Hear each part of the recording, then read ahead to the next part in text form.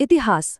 जब भी हम ये शब्द सुनते हैं तो जहन में बड़े बड़े साम्राज्यों और मशहूर राजा महाराजाओं की कहानी आती हैं। पर कभी ये सोचा है कि क्या हो अगर एक पूरी सभ्यता का आध्यात्मिक दिल, एक महान धर्म का सबसे बड़ा केंद्र हमारी याददाश्त से ही पूरी तरह मिट गया हो? आज हम झारखंड के ऐसे ही एक खोए हुए इतिहास के रहस्य से पर्दा उठाने वाले हैं। यही एक सवाल इस पूरी पड़ताल की जड़ है। सोचिए, एक ऐसी जगह जो कभी हजारों साल तक एक पूरी आस्था की आत्मा रही हो, लेकिन आज उसे ज्यादातर लोग जानते तक नहीं। तो चलिए मिलकर इस पहेली को सुलझाते हैं। हमारी खोज शुरू होती है प्राचीन मानभूम से। ये बस कोई जमीन का टुकड़ा नहीं था।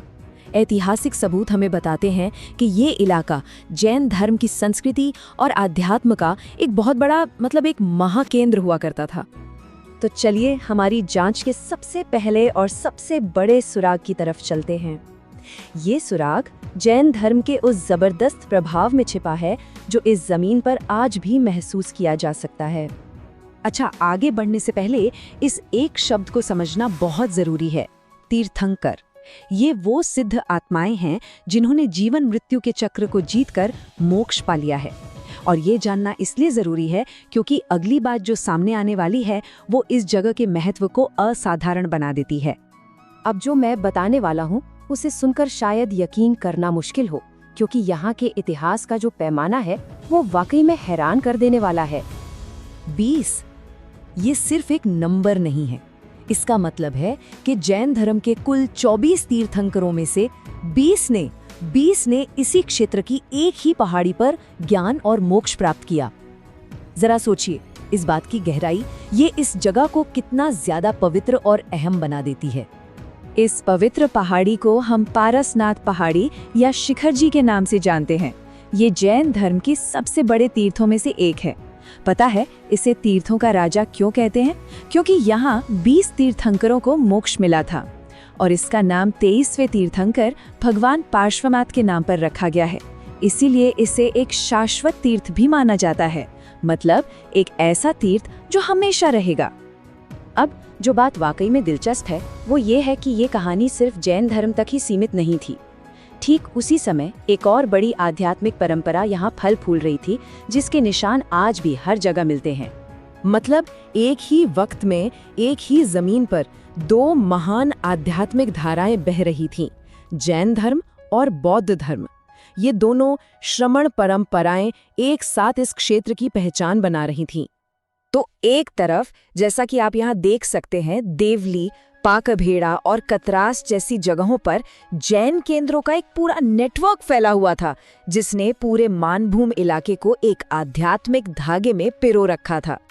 और ठीक उसी वक्त दूसरी तरफ पलामू से लेकर छोटा नागपुर और हजारीबाग तक पूरे राज्य में बौद्ध प्रतिमाएं, विहार और स्तूप बिखरे पड़े थे। ये इस बात का पक्का सबूत है कि भगवान बुद्ध का भी इस धरती से एक गहरा नाता रहा है। और ये सिर्फ पुरानी बातें नहीं हैं। हाल ही में हजारीबाग के बहोरायपुर में हुई खुदाई में बौद्ध विहार और मूर्तियां मिली हैं। चतरा की इटखोरी में तो एक पूरे के पूरे नगर की संरचना के अवशेष मिले हैं, जो बौद्ध धर्म की गहरी जड़ों को साबित करते हैं। लेकिन इस कहानी का सबसे कमाल का, सबसे अनोखा पहलू तो अब सामने आएगा। एक ऐसी जगह जहाँ अलग अलग आध्यात्मिक रास्ते सिर्फ एक दूसरे के बगल में नहीं चले, बल्कि एक दूसरे में मिल गए। छतरा में एक जगह है इटखोरी, जहां मां भद्रकाली का मंदिर है, और ये जगह एक अद्भुत संगम है। सोचिए, एक ही स्थान पर सनातन धर्म के अनुयायी इसे मां भद्रकाली का शक्तिपीठ मानते हैं, बौद्ध धर्म के लोग यहीं देवी मां तारा की पूजा करते हैं, और जैन समुदाय का मानना है कि ये उनके 10वें तीर्थंकर शीतलनाथ की जन्मभूमि है। एक ही स्थान, 3 आस्थाएं। कमाल है ना? और ये संगम सिर्फ इटखोरी तक ही नहीं है। हजारीबाग के गांव में और कौलेश्वरी पहाड़ी पर आज भी बौद्ध देवी तारा की मूर्तियों को देवी पार्वती के रूप में पूजा जाता है। ये इस बात का जीता जागता सबूत है कि कैसे प्राचीन मान्यताएं आज भी हमारी पूजा पद्धति में जिंदा हैं। तो सवाल ये उठता है कि ठीक है, ये सब तो पुराना इतिहास है, आज इसका क्या लेना देना? क्या इसकी कोई विरासत आज भी जिंदा है? हैरानी की बात है, इसका जवाब हमारी भाषा और आज के कुछ बड़े विवादों में छिपा है। और ये कनेक्शन सिर्फ जमीन पर ही नहीं, हमारी जुबान में भी जिंदा है। देखिए, पुराने जमाने में जैन धर्म को मानने वालों को श्रावक कहते थे, और इतिहासकार बताते हैं कि इसी इलाके में रहने वाले एक समुदाय के लिए एक शब्द इस्तेमाल होता था, सराक। श्रावक से बना सराक। ये भाषा में छिपा इतिहास का एक जीता जागता सबूत है। ये दिखाता है कि सभ्यताएं भले ही मिट जाएं, पर उनका असर लोगों की जुबान पर सदियों तक जिंदा रहता है। और ये इतिहास आज भी उतना ही प्रासंगिक है। हाल ही में शिखर जी को लेकर एक बड़ा विवाद खड़ा हो गया। जब केंद्र और राज्य सरकारों ने इसे एक टूरिस्ट स्पॉट के तौर पर डेवलप करने की योजना बनाई, तो जैन समुदाय ने इसकी पवित्रता बनाए रखने के लिए देश भर में विरोध प्रदर्शन किया, जिसके बाद सरकार को टूरिज्म से जुड़ी गतिविधियों पर रोक लगानी पड़ी। तो असल में डर किस बात का था? जैन धर्मावलंबियों का कहना था कि पर्यटन स्थल घोषित होने से इस पूज्य स्थान की पवित्रता भंग हो जाएगी।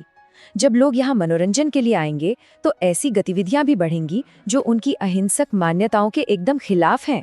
ये दिखाता है कि ये प्राचीन विरासत आज भी कितनी जीवंत और संवेदनशील है। तो झारखंड की ये पूरी कहानी हमें एक बहुत ही दिलचस्प सवाल के साथ छोड़ जाती है। हमारे रोज़मर्रा के शब्दों में, हमारी अपनी बोलियों में और जिन जगहों के पास से हम रोज़ गुजरते हैं, वहाँ न जाने और कितने ही इतिहास दफन हैं जो बस इस इंतज़ार में हैं कि कोई उन्हें खोज निकाले। शायद असली इतिहास बड़ी बड़ी किताबों में नहीं, बल्कि इन्हीं भूली बिसरी कहानियों में छिपा है।